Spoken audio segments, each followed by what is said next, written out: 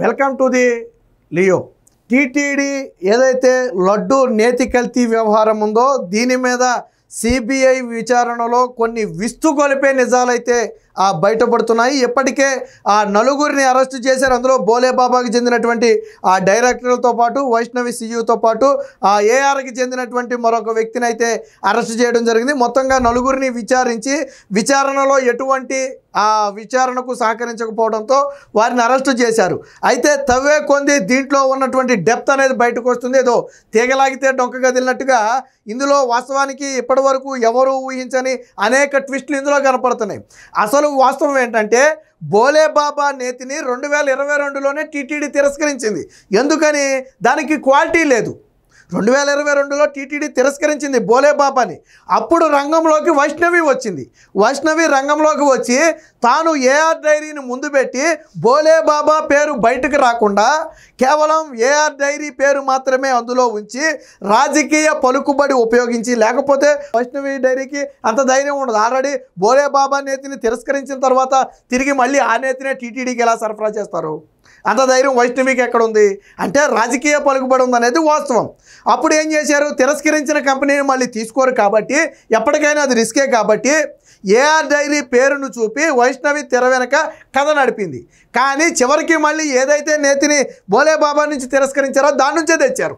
విచిత్రం ఏంటంటే బోలేబాబాలో డైరెక్టర్గా ఉన్నటువంటి ఇద్దరు వ్యక్తులు ఎప్పుడైతే ఈ కల్తీ నెయ్యి అని విచారణ ల్యాబ్ టెస్ట్లో బయటపడిందో వెంటనే వాళ్ళు తమ డైరెక్టర్ పదవికి రిజైన్ చేసేసి అక్కడ లారీల ద్వారా ఇద్దరు వ్యక్తులు తీసుకెళ్ళి డైరెక్టర్గా పెట్టేశారు. అంటే ఎప్పటికైనా ప్రభుత్వం ఇందులో ఇన్వాల్వ్ అయింది.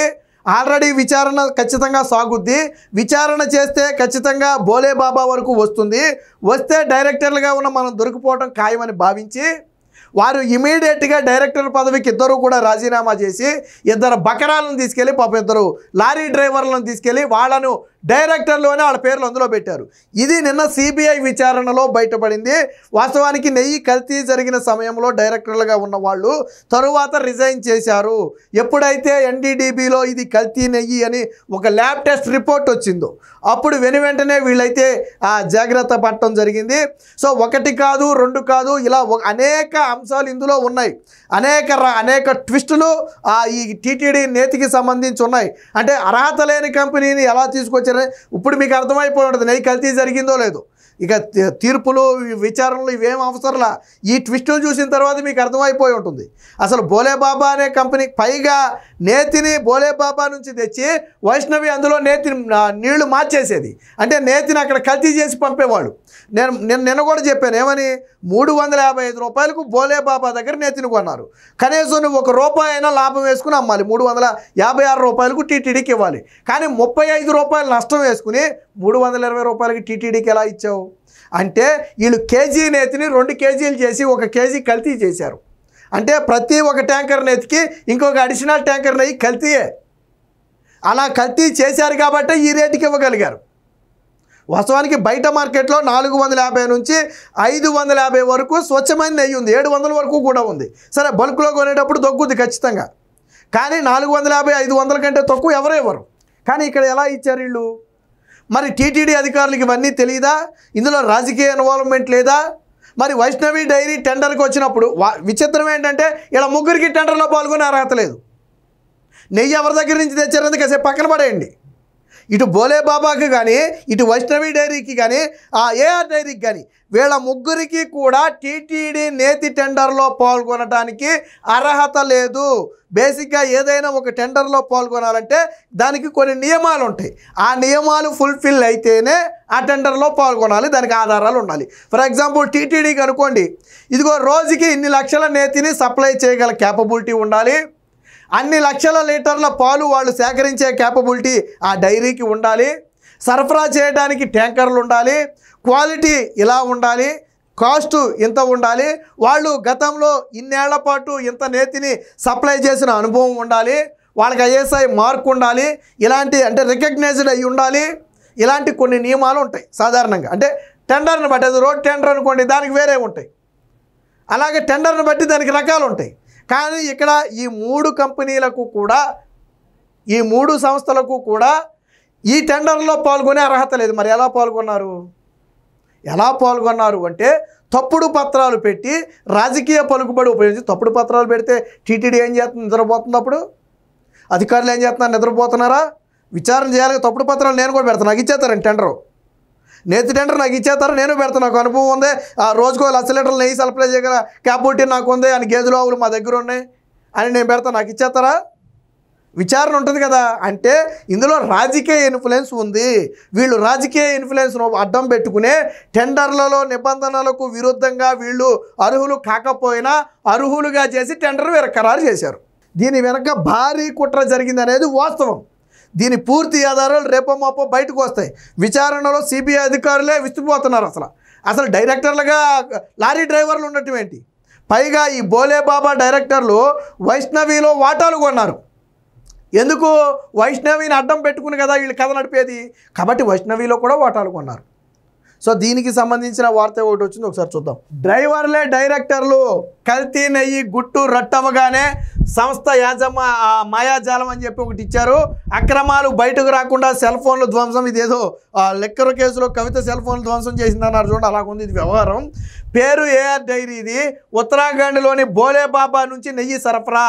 వైష్ణవి డైరీకి వచ్చాక సీళ్లు మార్చేసి మోసం. సో బోలేబాబా నుంచి వచ్చిన సీళ్ళు అనేవి ఏమి వేస్తారంటే వీళ్ళు ఏఆర్ డైరీ సీళ్ళు వేస్తారు. ఎక్కడ వేస్తారు? అది వైష్ణవి దగ్గరికి వచ్చాక ఏఆర్ డైరీ సీళ్ళు వేసేవాడు. వాస్తవానికి మధ్యలో చెకప్ ఉంటుంది కాబట్టి బోలేబాబా సీల్తో అక్కడ దాకా వస్తాయి. అది ఎక్కడికి వెళ్తుంది అనేది ఎవరికీ తెలియదు.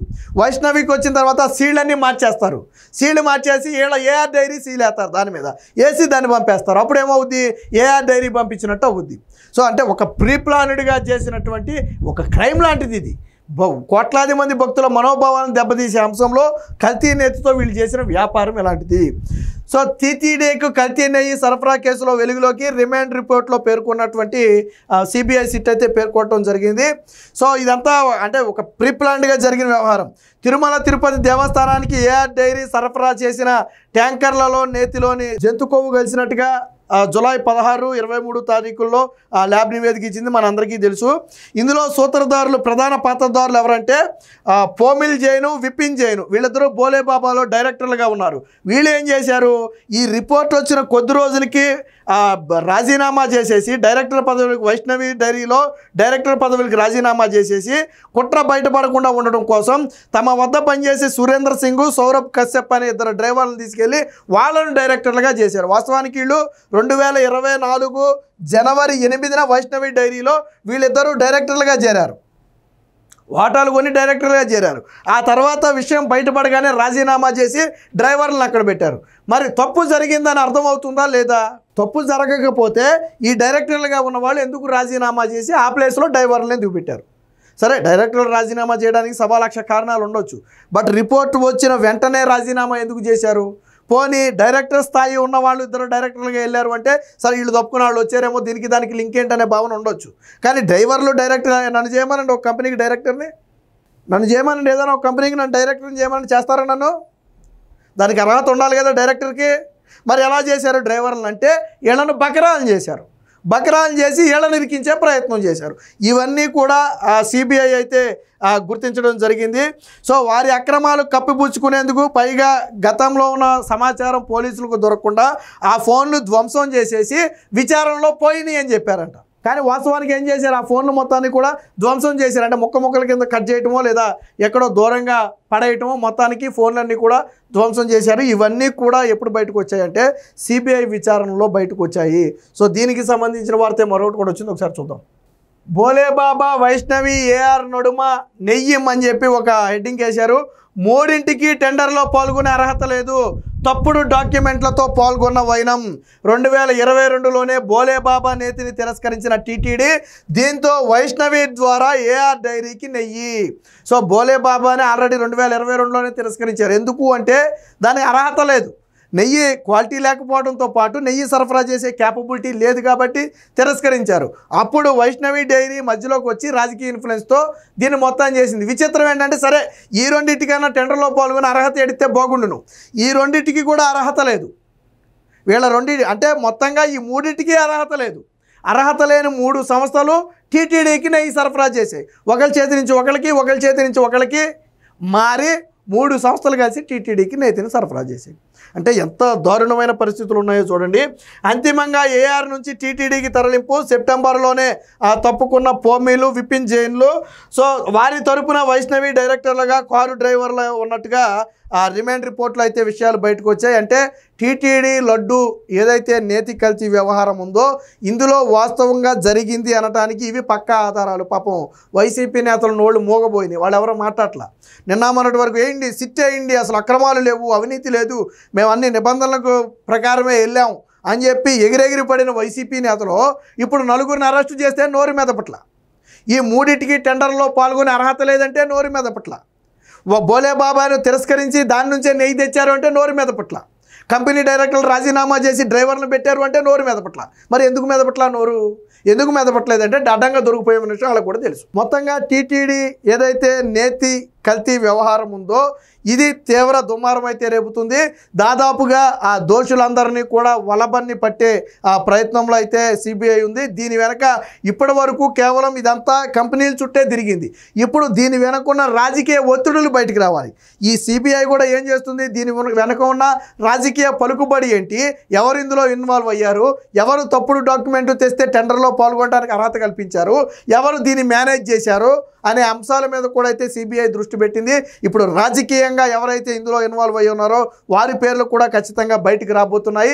దీనికి జగన్మోహన్ రెడ్డి సమాధానం చెప్పాలి. ఎందుకంటే జగన్మోహన్ రెడ్డి హయాంలోనే ఈ ఒప్పందాలన్నీ కూడా జరిగాయి. తప్పుడు డాక్యుమెంట్లతో రోజు టెండర్లో పాల్గొనడమే కాకుండా టెండర్లు దక్కించుకున్నారు కూడా. కాబట్టి జగన్మోహన్ రెడ్డి బాధ్యత కూడా ఉంది. ఏది ఏమైనా ఇప్పుడు సిబిఐ విచారణలో వచ్చినటువంటి విషయాలు అనేవి ఇప్పుడు రాష్ట్ర వ్యాప్తంగానే కాదు దేశవ్యాప్తంగా కూడా చర్చనీయాంశంగా మారాయి. Please subscribe to Leo News for more videos.